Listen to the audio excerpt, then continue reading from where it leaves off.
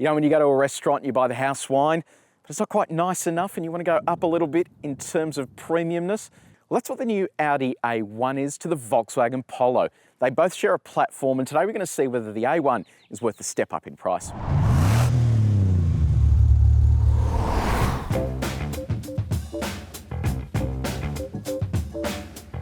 I love what Audi's doing with its styling at the moment. Have a look at this front end. It's nice and edgy, and that's what you need for a small city hatchback.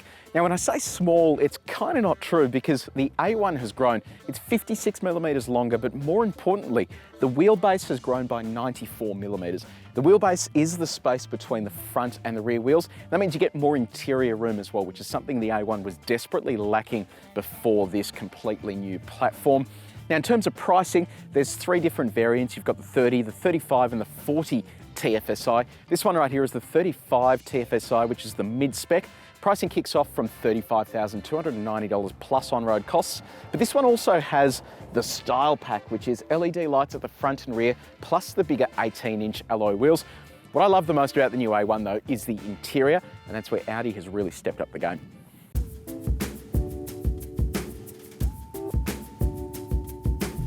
So the styling's good on the outside, but I love the inside as well. It's really beautifully presented, and you're getting a heap of technology standard on a city car, which you'd never expect 5 or 10 years ago. Central to it all is this screen here. It is the 8.8-inch infotainment system. It's really easy to use, super fast and high resolution, and I love the fact that it comes standard with Apple CarPlay and Android Auto via a cable.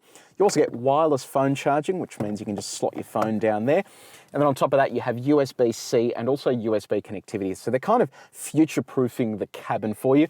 Ahead of the driver is a 10.25-inch virtual cockpit screen, which means analog gauges are all gone. It's all digital, and it looks really impressive on the move. If you do want to spend a bit more money, you can get the Technic package, which adds a larger 10.1-inch screen here, and also brings the advanced virtual cockpit, which is a higher resolution screen and also more processing power, so you can have nav displayed up on the screen there, and you can switch between different menus and have quite an impressive array of material there.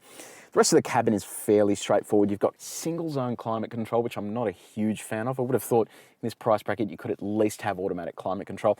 Also, not a fan of the amount of plastic around here. Yeah, I get that this is based on the Volkswagen Polo, but they could have gone a little bit more premium. There's just a lot of nasty material around the cabin, which is unfortunate. Boot size has grown to 355 litres, which is up by 65 litres. That is a massive jump here, and it's all thanks to that extra length and also the extra wheelbase as well. Rear legroom is okay, but not fantastic. You're also slightly compromised on headroom. You've got to kind of remember that this is going to be a city car in that sense. You're not really going to be carrying people around all the time. Storage is good, decent sized glove box there. Good size center console here with your cup holders as well. But what does the A1 drive like? The last one was pretty good, but kind of let down by the gearbox. Let's go for a spin and see if this one's any better.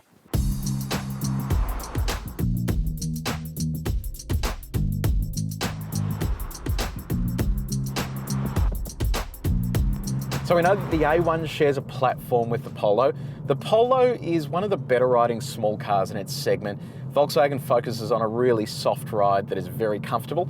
Audi goes slightly on the sportier edge. So yes, it is still comfortable, but here with the style pack that uses 18-inch alloy wheels, it is slightly firmer, but not too firm. You do feel bumps and potholes as you go around the city, but if you find yourself a nice country road like this, it trucks along really nicely.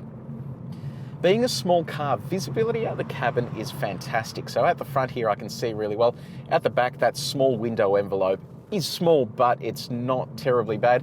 Good sized wing mirrors, and then you get front and rear parking sensors and a really good reversing camera as well. So you're going to find that this is fairly straightforward to park. If you do opt for the Technic package, you get the semi-automatic parking system, but arguably with the front and rear parking sensors, I don't reckon you really need it.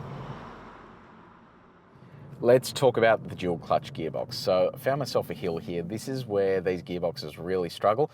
And unfortunately, it hasn't got much better here with the A1. So I'll lean on the throttle there and it's kind of lurching, and then now there's a dead spot before it does anything, and then it picks up and goes. That's the problem with these gearboxes. Despite the fact that torque converter is almost 99% of the time smoother and a better option, they go for the dual clutch because it gives them around 10% saving, and this 7-speed unit really isn't one of the better ones on the market. Let's talk about the engine. 110 kilowatts of power, 250 newton meters of torque. So if you do want to get stuck into it a little bit, it is actually a really fun car to drive. That's all from a 1.5 litre four-cylinder engine. So this is a new engine to Audi, and it really suits the character of the A1 nicely. It also means you don't have to step up another $11,000 for the 2 litre unit you'll find in the 40 TFSI. There's more than enough power to get you along. Now, in terms of behind the wheel, find yourself a couple of corners like this. It sits beautifully. If you do crack a bump mid-corner, you do find that it does sort of reverb through the cabin a little bit, but for the most part, it's really well composed and behaves beautifully. Given that this now uses a smaller engine, you are going to be rewarded when it comes to fuel economy. 5.8 litres per 100 kilometres on the combined cycle, which is really impressive. From a standing start, it'll hit 100 k's an hour in just 7.7 seconds. So it's not going to set any world speed records, but you do have the confidence in knowing that it can move along pretty quickly.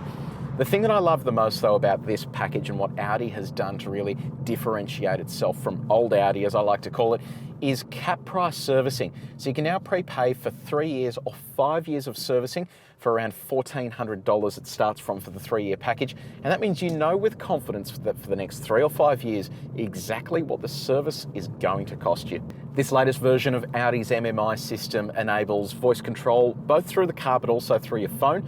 And that gives you the best of both worlds. You can either press the button here, talk to the car, get it to call people and do all of the car-related functions, or you can press it and get it to go through your phone, which enables you to use Siri or the Android equivalent. And that gives you the option of then sending everything to the cloud, where voice recognition is always much better. As night falls, you're going to love the configurable LED functions around the cabin. You can select from up to 30 different colors, so the cabin looks nice at nighttime as well.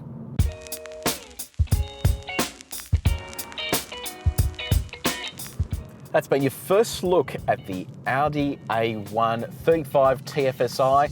This is the mid-spec of the range, and it's the one that we'd go for if you are looking at the A1. It kind of strikes a good compromise between the engine and also not having to pay astronomical costs for the 2 litre. But on the other hand, we don't like the gearbox. It really kind of ruins the driving experience. And it begs the question, should you just go for the Polo instead? Yes, the infotainment system is better here, but the Polo kind of just ticks all the boxes and does virtually everything this does. You throw a few dollars at options on that, and you're kind of at the same level in terms of the premium feeling anyway. To read more about the Audi A1, head to CarAdvice.com, and don't forget to subscribe to our YouTube channel.